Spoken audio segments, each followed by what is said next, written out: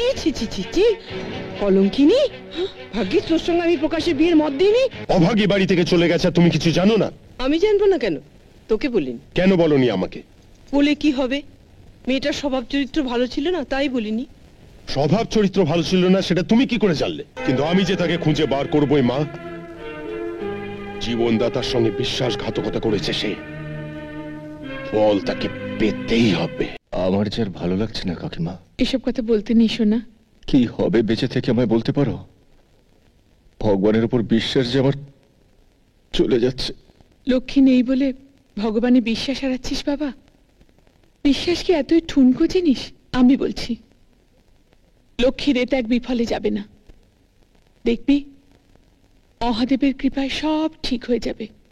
কিন্তু লক্ষ্মী তো আর ফিরে আসবে না কাকিমা। অন্য লক্ষ্মী আসবে,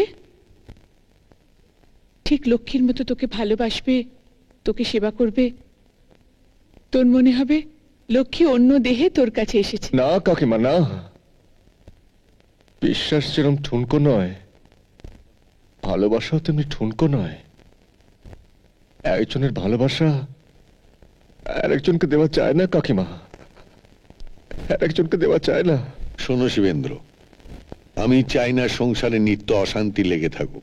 নিত্য অশান্তি কেন দাদা? তোমার বউ ঠাকুরুন কাঞ্চনের অন্ধত্বের ব্যাপারে তোমাকেই দোষারোপ করছেন। আমাকে? লক্ষ্মীর সঙ্গে কাঞ্চনের মেলামেশের ব্যাপারে তোমার আর ছোট বৌমার যে প্রশ্রয় ছিল তা তো তোমরা অস্বীকার করতে পারো না। প্রশ্রয় দেবার কথা নয় দাদা, আমরা প্রশ্রয় না দিলেও ওদের আটকানো যেত না। যেত, তার ব্যবস্থাও হয়েছিল। লক্ষ্মীর বিয়েটা হয়ে গেলে কাঞ্চনকে সারা জীবন অন্ধত্বের জ্বালা বয়ে বেড়াতে হতো না। শোনো, আমি স্থির করেছি এতদিন যা চলছিল এবার আমাদের পৃথকান্ন হতে হবে। একই বাড়িতে দুটো সংসার, লোকে হাসবে দাদা। না, এক বাড়িতে নয়, তুমি বরং সদরের বাড়িতে বসবাস করো। ওখানে থাকলে বিষয়কর্ম ভালোভাবে করতে পারবে, আর সম্পত্তি ভাগের সময় আমি তোমাকে এখানে ডেকে পাঠাবো। বিনা দোষে আমাকে পৃথক করলে দাদা।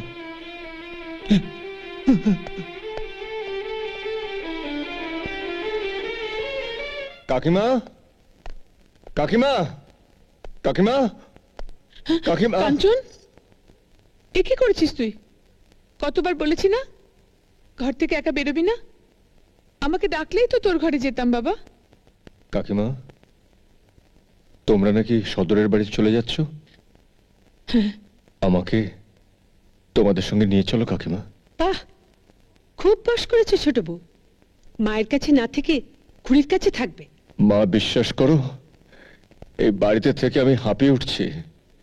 ওই একটা ঘরে আমার দম বন্ধ হয়ে আসছে। কাকিমার সঙ্গে গেলে কোন হিল্লি দিলে তুমি ঘুরবে শুনি? কাঞ্চন শোনো বাবা, আর জেদ করো না। তোমার নিজের বাড়ির থেকে কোন বাড়িতে তুমি সুখে থাকবে বলো? ও, এটা বুঝি আমার নিজের বাড়ি, শুধু আমার, আর তোমাদের বুঝি পরের বাড়ি? হ্যাঁ তাই, তোমার বাবার কাকা পৃথক হয়ে যাচ্ছে কাঞ্চন। পৃথক হয়ে যাচ্ছে? তার মানে আমাদের সমস্ত সম্পত্তি ভাগাভাগি হয়ে যাচ্ছে?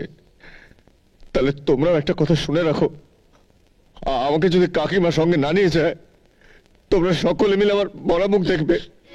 কাঞ্চন, আমার মরা মুখ দেখবে। কাঞ্চন, কাঞ্চন, দিদি ওকে থামাও, দিদি ওকে থামাও। তবে আর কি ছোট বউ, মরা মুখ দেখাচ্ছে। ছেলেকে তোমরাই নিয়ে যাও। দিদি তোমাকে কথা দিচ্ছি দিদি, তোমার ছেলেকে সুস্থ করে তোমার হাতে ফিরিয়ে দিয়ে যাব। কাঞ্চন, হ্যাঁ? জেগে আছিস কেন বাবা? কত রাত হলো, ঘুমিয়ে পড়। হ্যাঁ, এবার শোবো কাকিমা। আচ্ছা কাকিমা, লক্ষ্মী আমার উপরে ভরসা কেন রাখতে পারলো না? ওসব পুরনো কথা ভেবে কেন মনকে ভারী করছিস বাবা? না তা নয় কাকিমা, আমার বারবার মনে হয় ও পুড়ে মরার ভয় নকুলকে বিয়ে করতে রাজি হয়। আচ্ছা, আমি কি ওকে বাঁচাতে পারতাম না? আমার উপর ওর এতটুকু ভরসা ছিল না? সবই কপাল বাবা, নইলে এই দুর্ঘটনা কি ঘটতো? লক্ষ্মীর কপালে এই লেখা ছিল? আর হাসছিস যে? আমি যে অন্ধ কথাটা বলতে তোমার বুকে বাঁধছে, তাই না কাকিমা? একদিকে ভালোই হলো কাকিমা, আমি সারা জীবন লক্ষ্মীর বোঝা হয়ে থাকতাম। একদিন না একদিন তোর অসহ্য লাগতোই। ঘুমিয়ে পড়। তোর কাকা বলছিলেন লক্ষ্মীর চেয়ে সুন্দর একটা মেয়ে দেখে তোর বিয়ে দেবেন। না না কাকিমা, তুমি কাকাকে বারণ করো।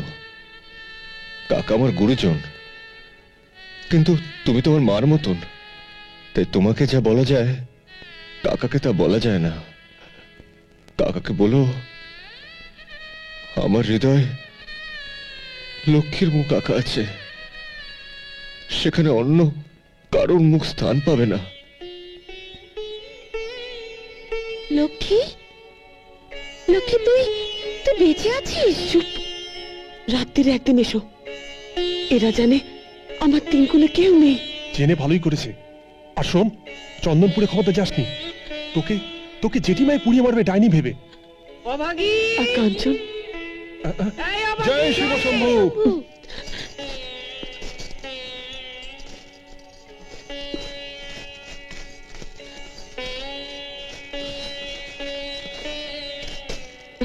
জয় শিব শম্ভু। জয় শিব শম্ভু।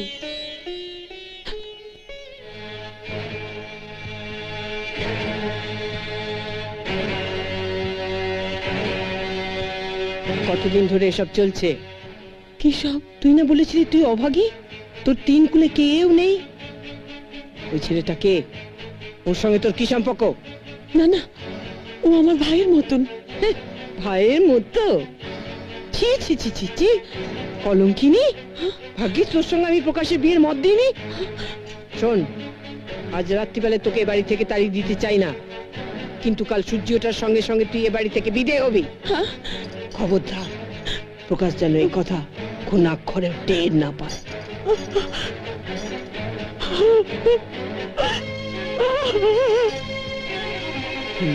অভাগী বাড়ি থেকে চলে গেছে, তুমি কিছু জানো না? আমি জানবো না কেন? তোকে বলিনি। কেন বলনি আমাকে?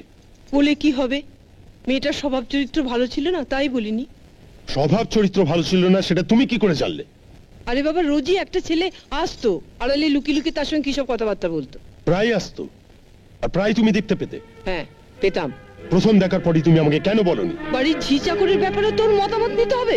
ঝি চাকরের ব্যাপারে তুমি যা ইচ্ছে করতে পারো, কিন্তু অভাগীর ব্যাপারে তোমার আমাকে জানানো উচিত ছিল।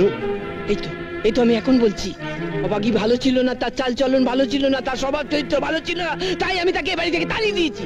হ্যাঁ, তাকে তাড়িয়ে দিয়েছি। কিন্তু আমি যে তাকে খুঁজে বার করবই মা। জীবনদাতার সঙ্গে বিশ্বাসঘাতকতা করেছে সে, ফল তাকে পেতেই হবে। কি ভেবেছিস তোরা যে লক্ষ্মীকে বরণ করে আমি বাড়িতে তুলবো? লক্ষ্মীর সঙ্গে আবার দেখা হলে বলে দিস যে গায়ে যেন ও আর ফিরে না আসে।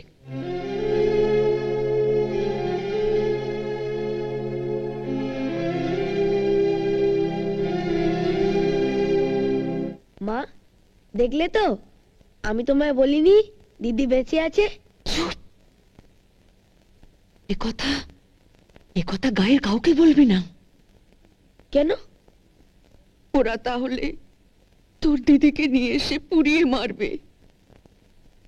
সুমন, ও যেখানে আছে সেখানেই যেন থাকে, গায়ে আসার কোনো দরকার নেই। তাছাড়া আমরা তো ভালোই আছি। কিন্তু সুমনদা, এই বাড়ির আশ্রয় আমার থাকবে না। কেন? ভদ্রলোক আমাকে বিয়ে করতে চান। সে কি রে? হ্যাঁ সুমনদা, তুমি কাঞ্চনকে একটু খবরটা দেবে? দেব, তবে একটা কথা তোকে বলে দি, সেই ঘটনায় কাঞ্চন দৃষ্টিহীন হয়ে গেছে। কাঞ্চন দেখতে পায় না। আর জেঠিমা বড় কঠিন দিব্যি দিয়েছে রে লক্ষ্মী। আমার ইচ্ছে থাকলেও আমি তোকে কাঞ্চনের কাছে নিয়ে যেতে পারবো না রে। আর গ্রামে ফিরে গেলে ওই জেঠিমাই তোকে পুড়িয়ে মারবে।